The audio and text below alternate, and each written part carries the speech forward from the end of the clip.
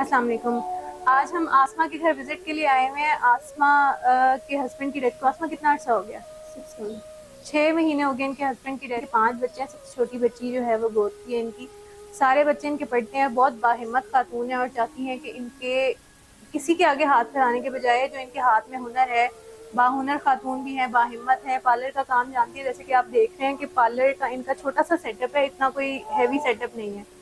और इसमें भी ये है कि ये चाहती हैं कि इनके इसी सेटअप को थोड़ा सा बढ़ा दिया जाए, में थोड़ी सी एक प्रॉपर पार्टीशन करके इनको थोड़ी सी चीज़ें डलवा दी जाए, तो बजाय इसके कि किसी और से इनको मांगना पड़े, इनका अपना सोर्स ऑफ इनकम बहुत अच्छा हो सकता है। तो हमारी तो हमेशा से यही कोशिश रही है कि लोगों को उनके पाँवों पर खड़ा किया जाए, बजाय उनको महाना सपोर्ट करने के उनको एक proper source of income provide कर दिया जाए, जिससे वो मजीद अपनी अर्निंग को बेहतर कर सकें।